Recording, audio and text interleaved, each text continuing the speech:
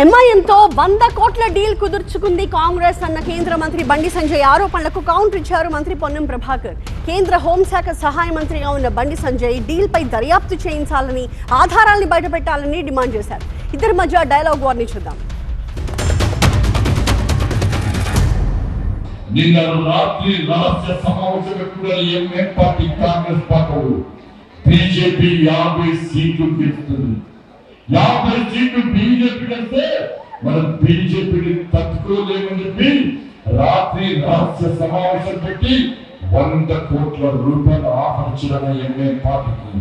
Sir కరీంనగర్లో Congress MM పార్టీలు కలిసి వచ్చిన ఒక్క సీటు గెలవలేదు సార్ అని నా నరేంద్ర మోడీ ముందు గల్లా ఎగిరేసుకొని చెప్పే అదృష్ట అవకాశం నాకేందన్నా. ఎన్నికల సందర్భంలో అనేక ఆరోపణలు చేస్తారు, కానీ సాక్షాత్తు హోంశాఖ సహాయ మంత్రి ఆరోపణ చేసిండు కాబట్టి నేను ప్రతిస్పందిస్తూ ఆ ఆరోపణ రుజువు చేసి మాపై కేసులు పెట్టండి, లేకపోతే పొరపాటైందని క్షమించమని ప్రజలను అడగమని కోరుతా ఉన్నా. రాజకీయ కొరకు వాడుకుంటున్నా అంటే పర్వాలే, సాక్షాత్తు మంత్రి కేంద్రంలో అధికారంలో ఉన్న పార్టీకి మీ దగ్గర ఆధారాలు ఉన్నాయని చెప్తున్నారు.